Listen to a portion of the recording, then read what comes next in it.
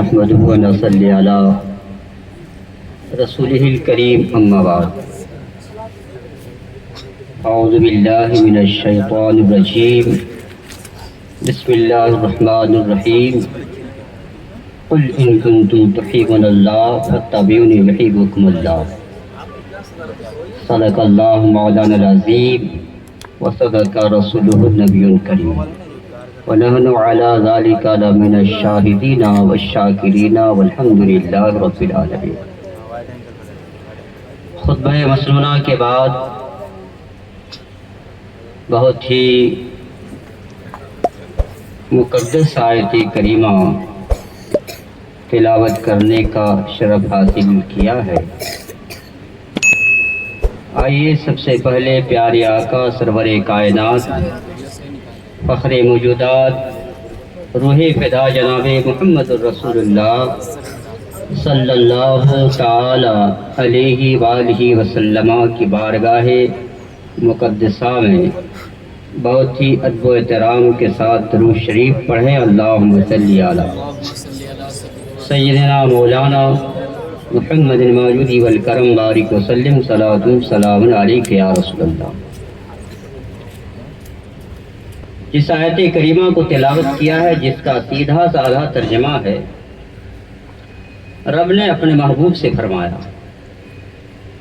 محبوب آپ اعلان کر دیجئے میرے بندوں کے درمیان کہ اگر کوئی مجھ کو راضی کرنا چاہتا ہے، یہ کون کر رہا ہے؟ رب تعالیٰ، کہ اگر کوئی مجھ کو راضی کرنا چاہتا ہے، دوست بنانا چاہتا ہے، تو پہلے وہ آپ کو راضی کرے۔ محبوب پہلے وہ آپ کو راضی کرے۔ اگر آپ اس سے راضی ہو جائیں تو پھر میں بھی اس سے راضی ہو جاؤں۔ تو اس سے پتہ چلا کہ اللہ کو راضی کرنے سے پہلے رب کے محبوب کو منانا ہوگا۔ رب کے محبوب کو راضی کرنا ضروری اور لازمی ہے۔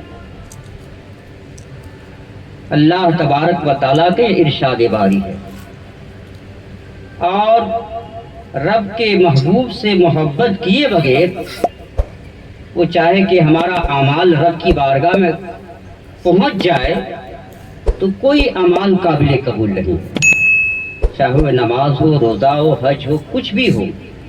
شرط ہے پہلے ایمان، اور ایمان کیا ہے؟ اللہ اور اس کے رسول پر ایمان رکھنا۔ قرآن عظیم میں انما المؤمنون الذین آمنوا باللہ ورسولہ ثم لا يرتابوا، مسلمان وہ ہے جو اللہ اس کے رسول پر ایمان رکھے اور اللہ اس کے رسول کی بات کو انکار نہ کرے۔ ثم لا يرتابوا، اگر اللہ اس کے رسول کی بات کو انکار کرتا ہے، نہیں مانتا ہے، تو پھر وہ مسلمان نہیں ہے۔ وہ مسلمان وہی ہے جو اللہ اس کے رسول پر ایمان رکھے۔ آمنوا باللہ ورسولہ ونور الذی انزلنا، تو ایمان لاؤ اللہ اس کے رسول اور اس نور پر۔ نور سے مراد قرآن عظیم۔ حضور سے محبت کرنا، عشق کرنا فرض عین ہے، بہت ضروری ہے، تبھی کامیابی مل سکتی ہے۔ ایک حدیث آپ تک گوشے گزار کرنا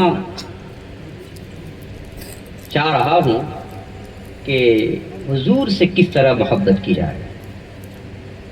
عرب کی سرزمین پر ایک خاتون ہے، اس نے حضور سے محبت کا اظہار کیسے کیا؟ خاتون ہے، اس کا کام تھا کپڑا بنتی تھی، وہ بہت عمدہ کپڑا بنتی تھی۔ تو دیہات سے آ کر کے سرکار کی بارگاہ میں پہنچتی ہے، چند صحابہ کرام تھے، تو اس خاتون نے کہا، یا رسول اللہ، میری خواہش ہے آقا، اگر آپ اجازت دیں تو میں آپ کے لیے ایک کرتا شریف بنا کر کے لاؤں گی۔ تو حضور نے فرمایا ٹھیک ہے جاؤ۔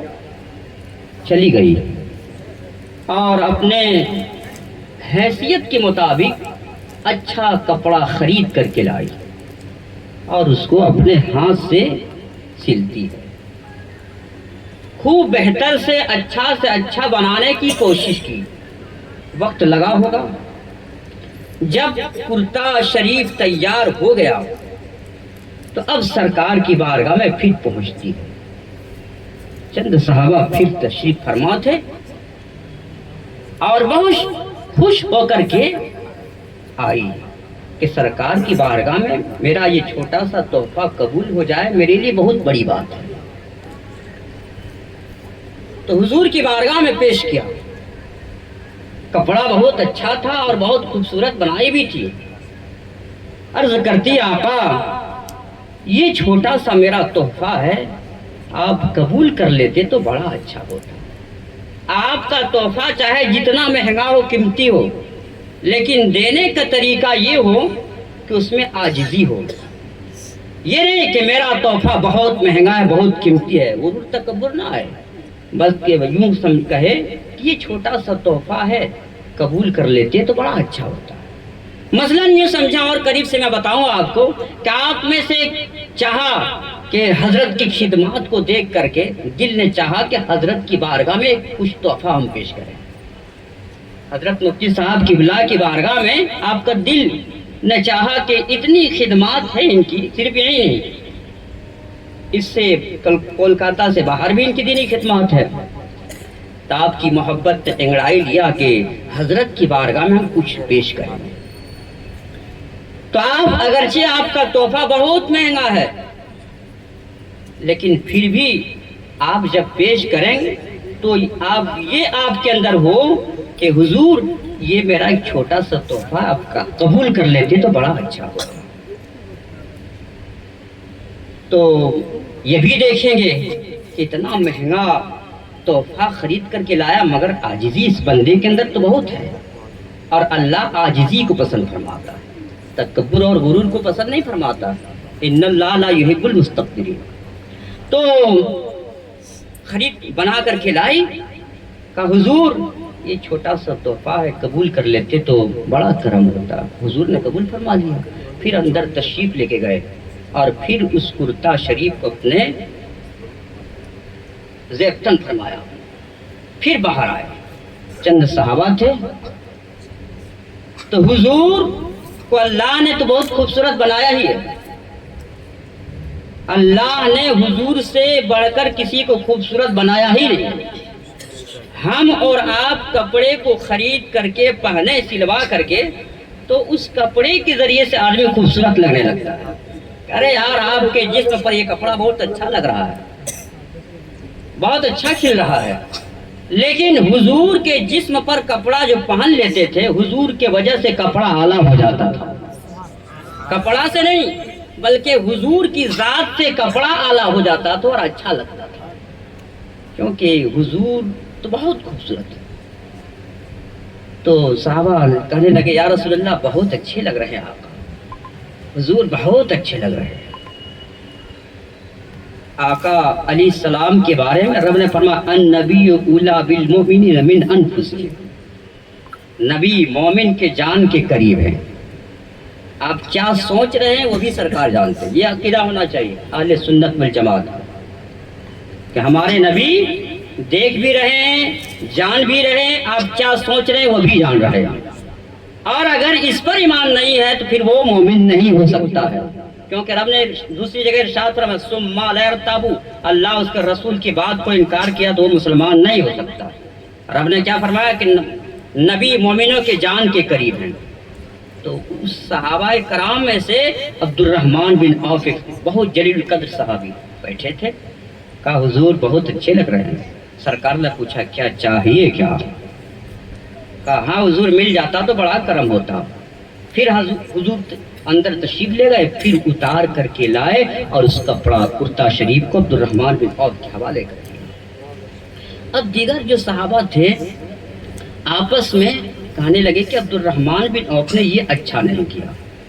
کیا عبد الرحمن کو یہ نہیں معلوم ہے کہ سرکار کے پاس بہت جوڑے کپڑے تو نہیں ہیں؟ چاہتے تو صرف پہاڑ کی طرف اشارہ کر دیتے تو سونا بن جاتا. لیکن سرکار نے سادگی زندگی کو پسند فرمایا. تو آپس میں کہنے لگے کہ یہ اچھا نہیں کہ عبد الرحمن بن عوف کتنی محنت کر کے اس خاتون نے کپڑے کو تیار کیا اور پیش کیا, یہ مانگ کیسے لیے. پھر مجلس ختم ہوئی, پھر جانے لگے. عبد الرحمن بن عوف کچھ دور گئے ہوں گے, صحابہ نے کہا کہ اے عبد الرحمن رک گئے. کہا بولیے کیا بات ہے. کہا عبد الرحمن تجھ کو نہیں معلوم ہے کہ سرکار کے پاس بہت جوڑے کپڑے تو نہیں ہیں. کتنی محنت کر کے اس خاتون نے محبت کے ساتھ سل کر کے لائی, پیش کی, اور سرکار نے زیبتن فرمایا عبد الرحمن مانگ کیسے لیا, یہ اچھا نہیں کیا. چاروں طرف سے گھیر لیے صحابہ, پوچھنے لگے کیوں ایسا کیا, معلوم تھا کہ نہیں آپ کو کہ بہت جوڑے کپڑے نہیں. کہا ہاں مجھ کو معلوم ہے میرے دوستو. کہا پھر کیوں ایسا کیا, کیا آپ کے پاس کپڑے نہیں. کہا ہاں میرے پاس کپڑے ہیں. کہا پھر کیوں مانگا, کیا پہننے کے لیے کپڑے نہیں تھے. کہا ہاں ہے. کہا پھر کیوں مانگے. کہا عبد الرحمن بن عوف کہتے کہ پہننے کے لیے نہیں مانگا. کہا پھر آپ پہنیں گے بھی نہیں, پھر مانگا کیوں. عبد الرحمن بن عوف جلیل القدر صحابی ہے, ہر صحابی جنتی ہے, ہر صحابی جنتی ہے. تو کہتے ہیں کہ پہننے کے لیے نہیں مانگا. پھر کہا کہ میرے دوستو میں نماز پڑھتا ہوں, سب کچھ کرتا ہوں, مگر میرے اعمال پر مجھ کو بھروسہ نہیں. جب میری موت ہوگی, موت ہونے سے پہلے میں گھر والوں کو یہ وصیت کر جاؤں گا کہ میرے لیے یہ کرتا کفن بنا دینا, میرے لیے یہ کفن دے دینا. اس لیے مجھ کو یقین ہے کہ میرے اعمال کام آئے یا نہ آئے, حضور کے کرتا شریف میں میری بخشش ہو جائے گی, میری مغفرت ہو جائے گی.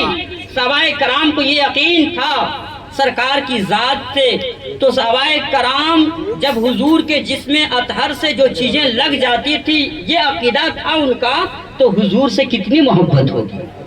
آج ہم سب کے پاس کوئی تبرکات تو نہیں ہے کہ ہم تبرکات بنا کر کے جائیں یا وصیت کر جائیں, فلاں تبرک ہے رکھا ہوا اس کو دے دیجئے گا, ہے تو نہیں. پھر ہم کیا کریں. حضور نے پھر کسی صحابی سے پوچھا تھا کہ بتاؤ سب سے بہتر ایمان والا کون ہے. مشکات شریف کی حدیث ہے, سب سے بہتر ایمان والا کون ہے. تو صحابہ میں کسی نے کہا کہ وہ صحابہ کی جماعت ہوگی. صحابہ نے اپنے ماتھوں کی آنکھ سے دیکھا, چاند 2 ٹکڑے ہوئے وہ بھی دیکھا, سورج پلٹایا وہ بھی دیکھا, کنکریوں نے کلمہ پڑھا وہ بھی دیکھا, بہت سارے معجزات دیکھا صحابہ نے اور ایمان لایا. کہا نہیں. پھر صاحب تو کہا کہ پھر وہ فرشتوں کی جماعت ہوگی. فرشتوں نے اپنے ماتھے کی آنکھ سے حضور کو دیکھا. کہا نہیں وہ بھی نہیں. کہا پھر یا رسول اللہ پھر وہ بہتر ایمان والا کون ہوگا. تو 7 مرتبہ خوشخبری دیا سرکار نے. کہا سب سے بہتر ایمان والا وہ شخص ہے جس نے مجھ کو نہیں دیکھا, بغیر دیکھے مجھ پر ایمان لایا, بغیر دیکھے مجھ پر ایمان لایا, وہ اس کے لیے بہترین خوشخبری ہے. ہم سب نے دیکھا تو نہیں ہے حضور کو. حضور نے فرمایا جنت ہے مانا حق, حضور نے فرمایا جہنم ہے مانا. حضور کی حدیث ہے کہ چاند کو 2 ٹکڑا کیا سرکار نے, یہ بھی مانا. تو ہر چیز کے تعلق سے حضور کی باتوں پر ہمیں یقین ہے اور ایمان رکھتے ہیں, وہی سب سے بہتر ایمان والا. جو اس دور میں اپنے ایمان کو ٹھوس رکھا, مضبوط رکھا, اس دور میں سب سے بہادر پہلوان ہو سکتا ہے. اس لیے اپنے ایمان کو ٹھوس رکھنے کی کوشش کریں, اللہ کے رسول سے خوب محبت کریں. جان جائے اس کی پرواہ نہیں, مگر ایمان نہ جائے. سب سے بڑی دولت یہ ہے. بنگلہ محل دولت پیسے سب کچھ نہیں ہے, سب سے عظیم دولت کیا ہے, وہ ایمان ہے. آپ کے پاس مکان نہیں, گاڑی نہیں, پیسے نہیں, کوئی بات نہیں. آپ یہ دیکھیں کہ میرے پاس ایمان ہے جو ہے. اگر سب کچھ ہے اس کے پاس ایمان نہیں تو بیکار ہے, اور ایمان ہے تو سب کچھ ہے. اللہ ہم سب کو ایمان پر قائم اور دائم رکھے.